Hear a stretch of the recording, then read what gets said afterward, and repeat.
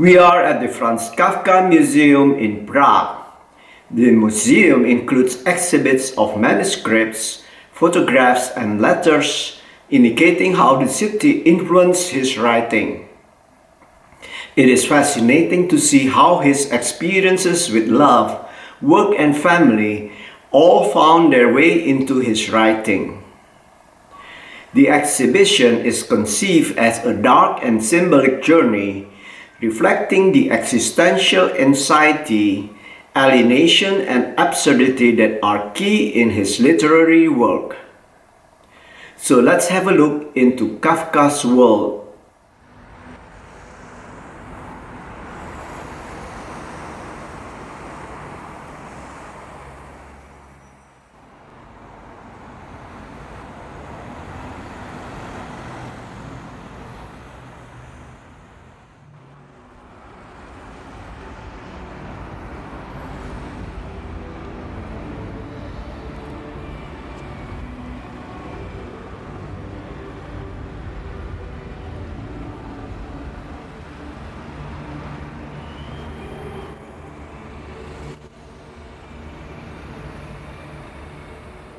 Located in the picturesque setting of the Vltava River of Prague's lesser town, the Kafka Museum features historical documents, photographs, manuscripts, diaries, and audiovisual installations that capture Kafka's inner world and the atmosphere of Prague in his time. Właśnie, tutaj flaga, tak symbol narodowy, ale spada kilku zdejmują flagę, rzucają kwartę i wszyscy się śmieją.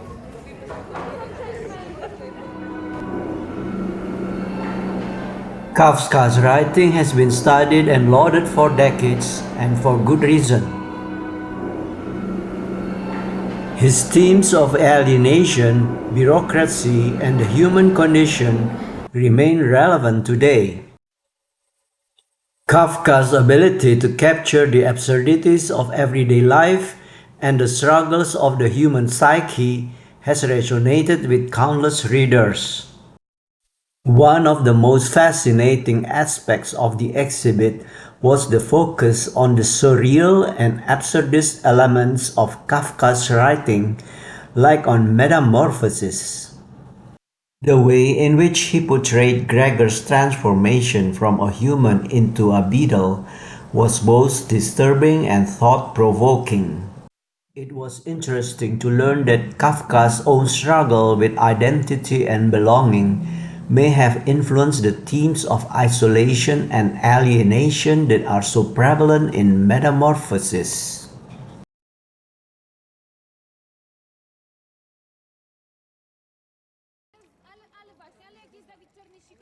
Making our way to the Kafka Museum, we came upon a fascinating sculpture. Proudy, which means peace, by internationally famed sculptor David Cerny, greets everyone who enters the museum's yard. The two bronze urinating figures pee into a basin in the shape of the Czech Republic while turning their upper torsos and raising their penises. The stream of water writes quotes from legendary Prague residents.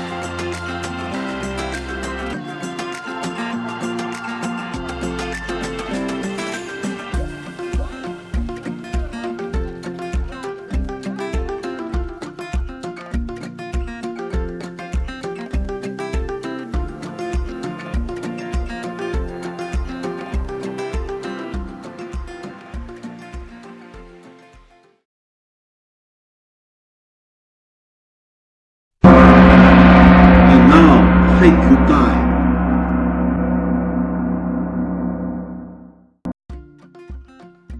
Two men are standing, streaming piss onto the land. Kafka is watching.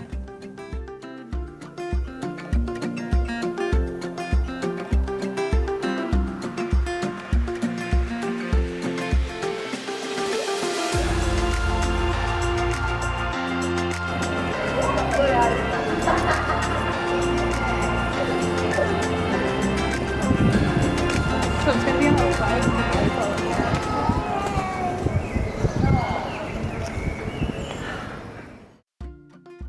The house at the minute is a historic Renaissance building on Prague's Old Town Square, was the home of Franz Kafka and his family from 1889 to 1896 during his formative years.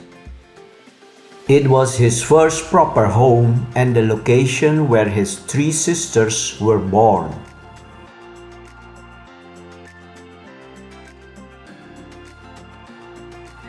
Franz Kafka and the Old Town Square are intrinsically linked through his life and literary works. He was born near the square, lived in buildings on and around it, and the area served as a backdrop and inspiration for his writings. One particular memory of while living at the Opal House, Kafka famously observed the square from a window and declared, "This narrow circle encompasses my entire life."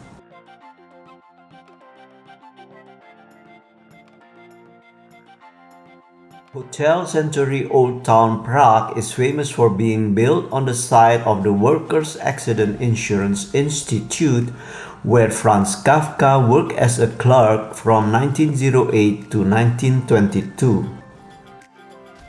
The Institute's office environment and Kafka's professional life there provided themes and settings of his famous literary works, such as deadlines, office bureaucracy, and the struggles of its clients. Café Louvre was a favorite haunt of Franz Kafka and his friend Max Brod and other German-speaking intellectuals in early 20th century Prague.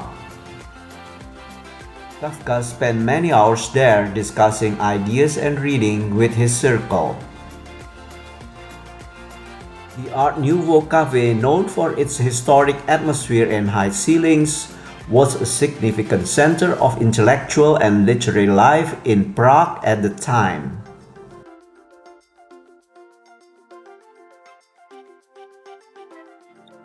Charles Bridge and its iconic statues feature in at least two Kafka's work as a symbolic location, particularly in description of struggle and perhaps the trial. Some readers and critics believe that the bridge that Joseph K. crosses in the final chapter of the trial is Charles Bridge.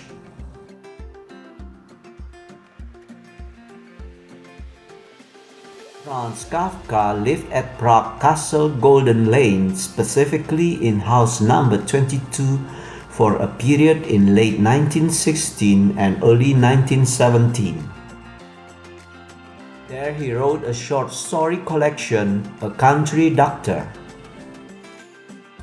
While this period at the castle was significant for his work, his novel The Castle was not directly inspired by the castle itself, but rather by the broader system and atmosphere of Prague.